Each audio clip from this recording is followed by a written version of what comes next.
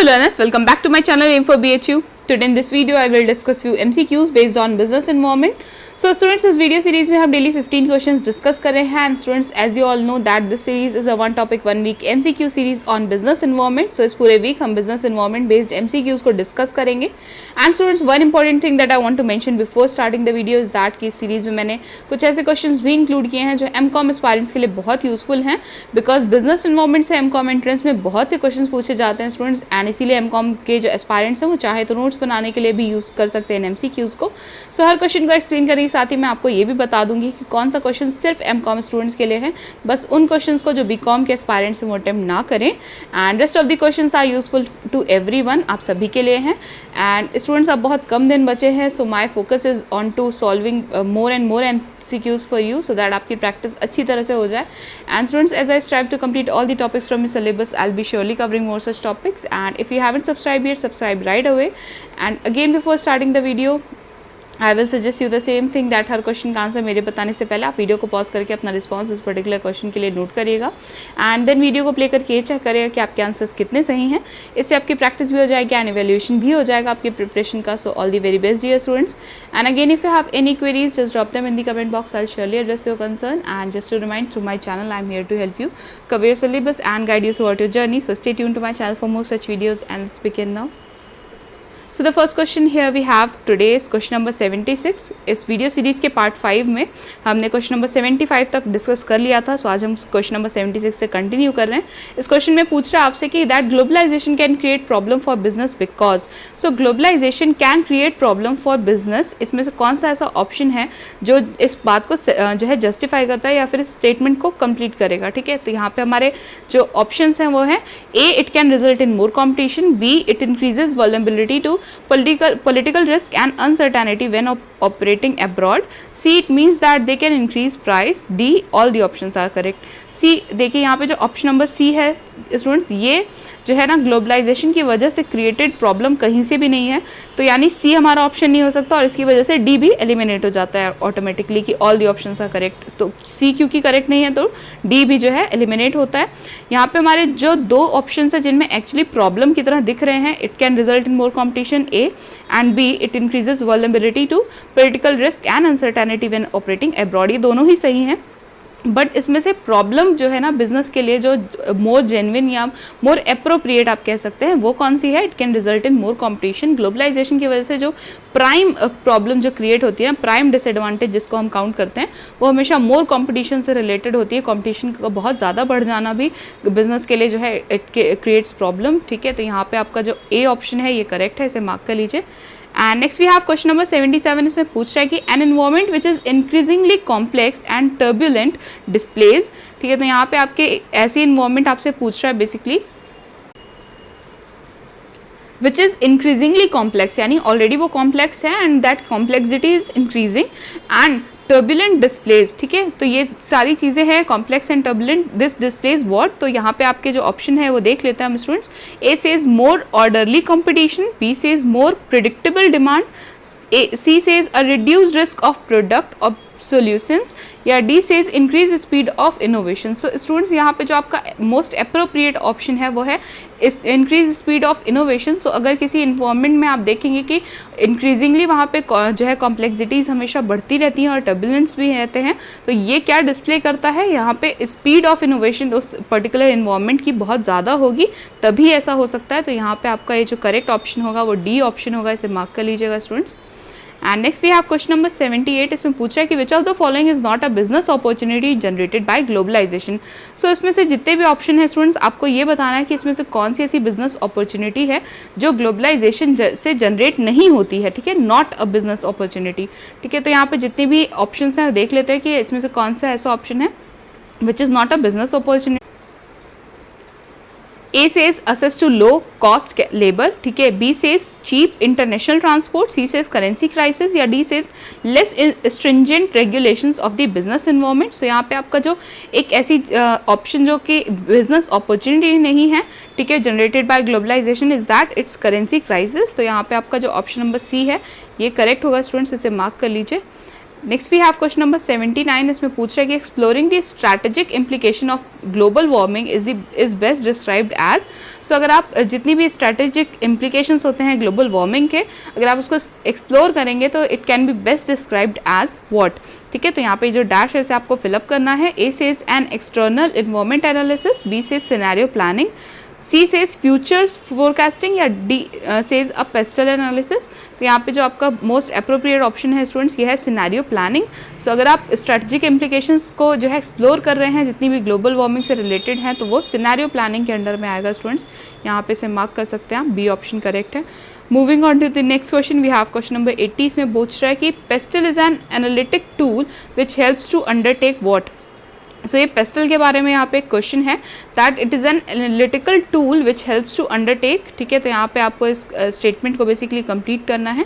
तो आपके पास ऑप्शन है, A says an internal analysis, B says an external analysis, C says a competitor analysis, या D says a strategic analysis. तो यहाँ पे आपका करेक्ट ऑप्शन होगा स्टूडेंट्स एक्सटर्नल एनालिसिस के लिए होता है पेस्टल। तो यहाँ पे आपका बी ऑप्शन करेक्ट है, इसे मार्क कर लीजिए। And next we have question number 81, इसमें पूछ रहा है कि An analysis of the external environment enables a firm to identify। So इस क्वेश्चन में आपसे ये पूछ रहा है स्टूडेंट्स कि अगर हम एक्सटर्नल इन्वायरमेंट को एनालाइज करते हैं तो it enables us to identify what. तो यहाँ पे आपको यहाँ पे इस स्टेटमेंट को बेसिकली कंप्लीट करना है स्टूडेंट्स। तो ऑप्शन है हमारे पास strengths and opportunities, B says strength and weakness, C says weakness and threat, या D says opportunities and threat. तो हम जब भी किसी एक्सटर्नल इन्वायरमेंट का अपने जो है एनालाइज करते हैं, उसे एनालिसिस करते हैं उसका, तो हमें क्या हम आइडेंटिफाई कर सकते हैं बहुत आसानी से, अपॉर्चुनिटीज़ भी एंड थ्रेट्स भी। देखिए एक्सटर्नल इन्वायरमेंट में हमेशा आपको एनालिसिस करने पे अपॉर्चुनिटीज़ एंड थ्रेट्स मिलेंगे। अगर आप इंटरनल करेंगे तो कंपनी अपनी जो फर्म है वो अपनी स्ट्रेंथ एंड वीकनेस पे काम कर सकेगी। तो यहाँ पे एक्सटर्नल है इसलिए अपॉर्चुनिटीज़ एंड थ्रेट्स आपका करेक्ट ऑप्शन होगा, इसे मार्क कर लीजिए। Next we have question number 82, इसमें पूछ to determine a country's attractiveness to business requires what. ठीक है, तो यहाँ पे आपके ऑप्शन है students, A says a detailed analysis of elements in the macro environment, B says an assessment of the political and financial risk of doing business in that country, C says N analysis of the competitive environment, या D says all of the above.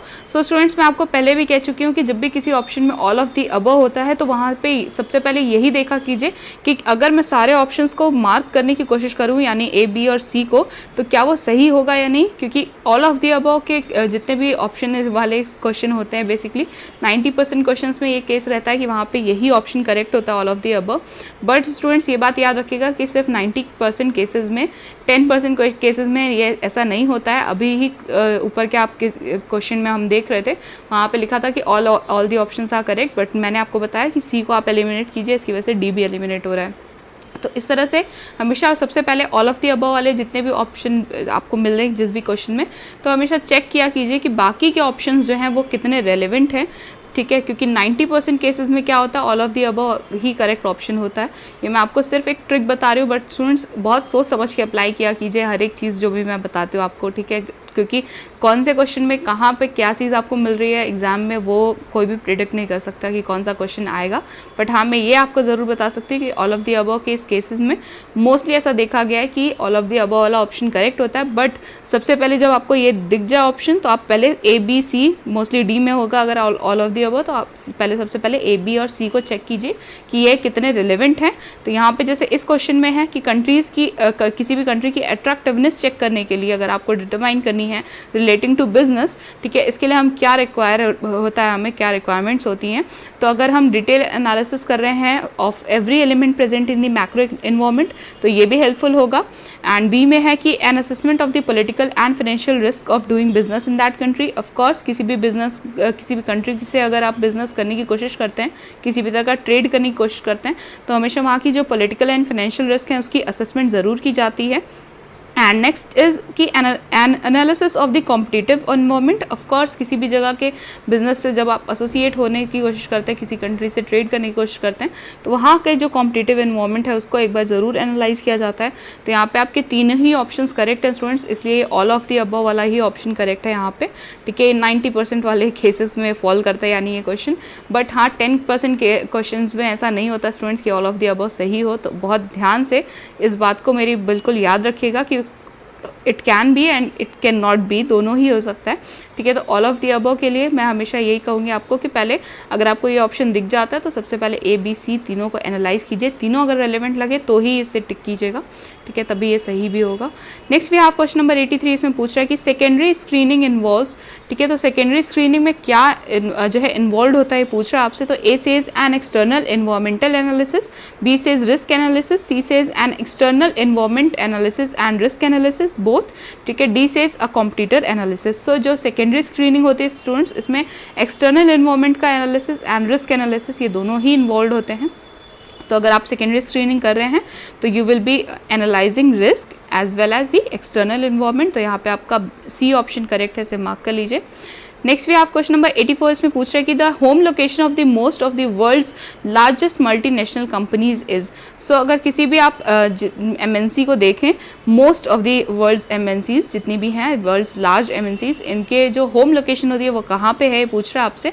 A says North America and Europe, B says North America and Asia, C says Europe and South America, या D says Europe and Asia.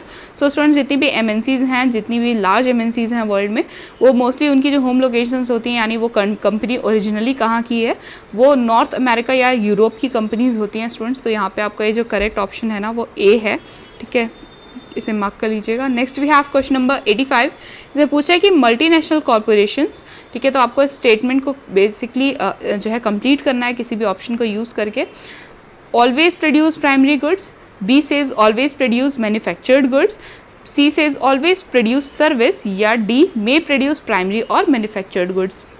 So students यहाँ पे दिए हुए options को अगर आप MNCs के साथ ये जो स्टेटमेंट है इसमें जो है पुट करके चेक करें तो आप देखेंगे कि अगर ए आप रख रहे हैं यहाँ पे तो MNCs always produce primary goods, तो ऐसा कोई कंपल्शन तो नहीं होता स्टूडेंट्स कि एमएनसीज को सिर्फ प्राइमरी गुड्स या वो सिर्फ मैन्युफैक्चर्ड गुड्स को प्रोड्यूस कर सकते हैं या सिर्फ सर्विसेज में ही डील कर सकते हैं, ऐसा कोई कंपल्शन नहीं होता है स्टूडेंट्स। तो जितनी भी एमएनसीज हैं दे कैन प्रोड्यूस प्राइमरी और मैन्युफैक्चर्ड गुड्स एज वेल। तो यहाँ पे आपका जो डी ऑप्शन है ये करेक्ट होगा, इसे मार्क कर लीजिए।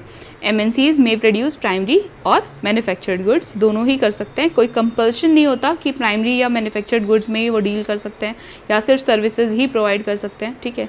तो यहाँ पे आपका डी ऑप्शन करेक्ट है। Next we have 86, question number 86, इसमें पूछ रहा है कि dash refers to highly educated and skilled people who migrate from poor developing countries to wealthy industrial countries, ठीक है, इसे क्या कहते हैं हम ये पूछ रहे हैं आपसे यहाँ पे इस टर्म को बेसिकली।